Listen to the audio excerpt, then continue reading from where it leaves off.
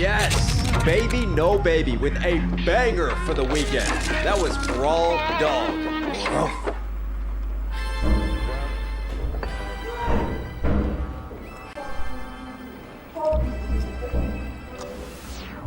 Alright, we've got a chart-to-chart exclusive now coming in. Some new cat who goes by the name of Ren. This one right here is I don't give two fucks. Neither does a virgin. Starving for some food for thought. I hide away. I'm a student of a melancholy prodigy, catching supernovas falling from the Milky Way. Is that a human or an angel singing? Don't shy away. Maybe I'll get high today. I get stuck. A man has died after being stabbed last night in the shopping district of London, Paddington. Police say the victim is 29-year-old Edmund Lockridge, the son of Lord Lucian Lockridge, the billionaire founder of Lockridge Incorporated. The company has been at the centre of several recent controversies, though police have stressed there is no indication at this stage that the attack is connected. A 34-year-old man from Shepherd's Bush was arrested at the scene and remains in custody. Yes, that's right. Just after 9:30 last night, emergency services were called to this pedestrian strip on Parade Street, Paddington. Witnesses describe a heated altercation followed by Mr. Lockridge collapsing from stab wounds. Vincent Gavon, described by neighbours as quiet and someone who kept to himself, was detained minutes later. Police say they are keeping an open mind on motive, including whether the attack was politically motivated. In Westminster this afternoon, police and ministers responded to the growing public concern. We take you there now. At approximately 3:09 this morning, Vincent Gavin was charged with murder. Our deepest condolences go to the Lockridge family. As this is an ongoing investigation, further comment would be inappropriate. Will this be treated as an act of extremism? We're keeping an open mind. Minister, is this a sign of a wider breakdown in public safety? What happened last night is not just an attack on an individual, but on the values that underpin our society. The Prime Minister will be reviewing measures to ensure crimes of this nature face the toughest possible response. Thank you, Minister. Lord Lockridge! There have been some accusations that your company's practices... My son was murdered. That is the truth. That is the only truth. Attempts to justify or rationalize this crime are beneath contempt. And that is all I have to say on the matter. Okay, that's all for today. Thank you. Thank you. In an extraordinary turn, the public have been left completely divided. Some of the population see Vincent as a new age devil, whilst others see him as a modern-day hero, striking a blow against the status quo. I'm stood outside the courthouse, and although officials have described this as an open and shut case, you can see there's clear public divide between support and condemnation for Vincent Gavon. Back to you.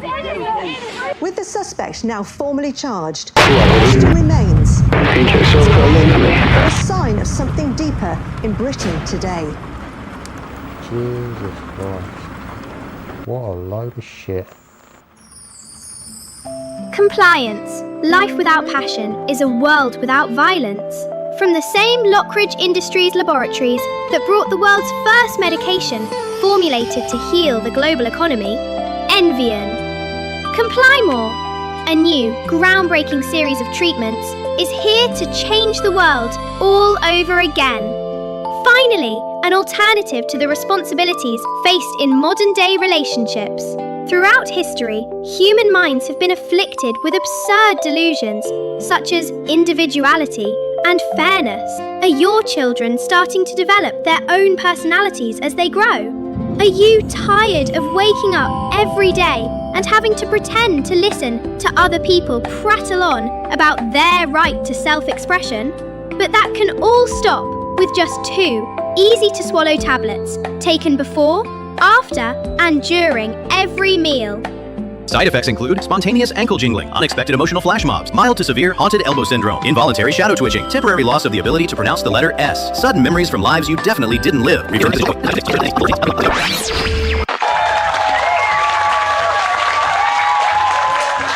Good evening and welcome to Britannia Speaks, where the nation debates the issues that matter most. Tonight, Vincent Gavon, charged with the murder of Edmund Lockridge. Who is he? It's a tragedy that has sparked outrage, division and a national conversation.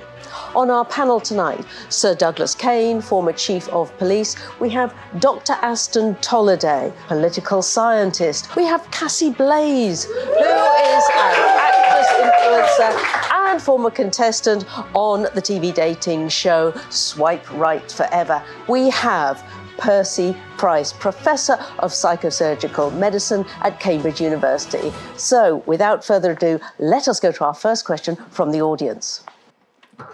Thank you. My question is, has Britain lost control of its streets? I work 2 jobs, finish at midnight, and honestly, I can't afford to change my shift, but I don't feel safe. My niece is 14 and won't go out after dark, and all the politicians are just arguing on a Twitter instead of doing, well, anything really. Should we feel safe, or is it over for this country? Take this one, Sir Douglas. Yeah, it's quite simple. Britain has gone soft. The people in charge of our legal system now have absolutely no backbone.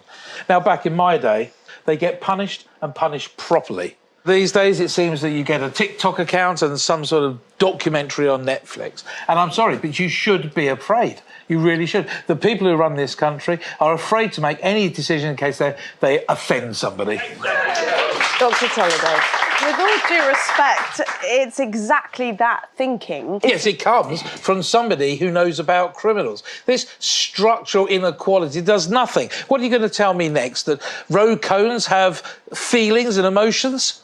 Actually, what we're seeing is the collapse of social support networks, rising poverty, inequality of wealth. That's absolute rubbish. People aren't being stabbed because of inequality. They're doing it because they can, and we're letting them. Let me break this up slightly and bring in Cassie here. What would you say? Well, I think that...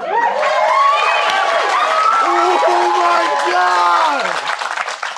I think maybe you're both right. Like, Sir Douglas here thinks we should be hard, but Dr. Tolliday thinks we should be soft and gentle. I personally think it's nice with a mix of hard and gentle.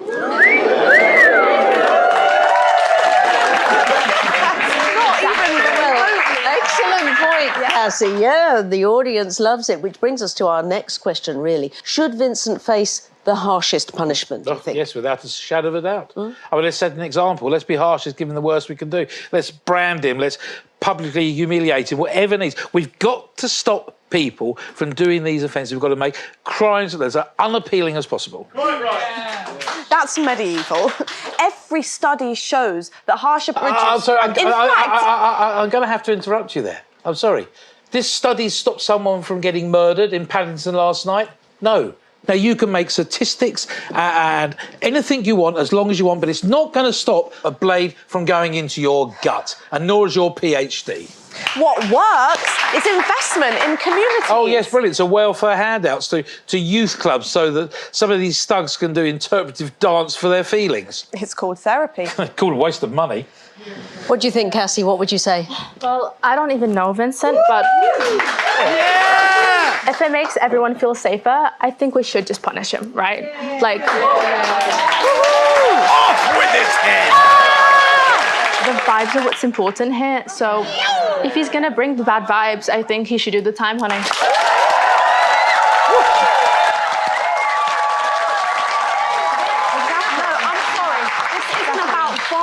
Yeah. This is about dealing with issues systemic. Final thought on this, Sir Douglas. Final thought. Lock him up, throw away the key. Yay! All right, well, that brings us to the final question. What does this all mean for the future of Britain?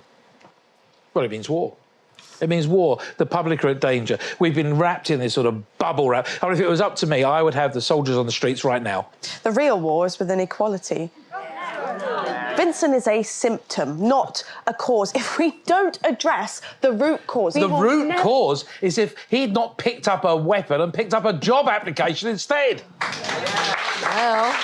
Well, I think that we should just be nicer to each other, you know?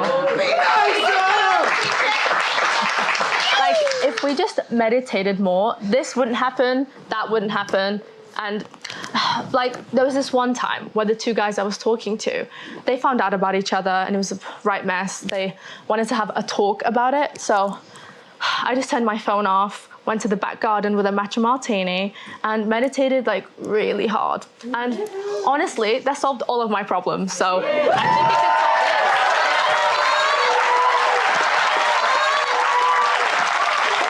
solve out of time, so I'm going to say thank you to our panel, but also Professor Price, you've been rather quiet sitting there, made a lot of notes. Do you have any insights to share with us? Yes. You people talk of punishment, yes? Policy, poverty, and whatever it is you're talking about, but crime is not a social issue. No. It is a neurological one. It is a matter of circuitry, misfiring impulses, faulty wiring in the prefrontal cortex. You see, we can punish, yes, and punish and punish. Naughty boy, yeah. But nothing ever changes, right? And why? Because we are disciplining behavior when we could simply repair the machine.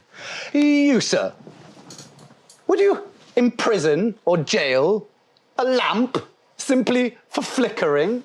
No, of course not. It would be preposterous, it would be absurd. You would simply acquire a new bulb. Well, Vincent is a broken lamp. And I have a new light bulb.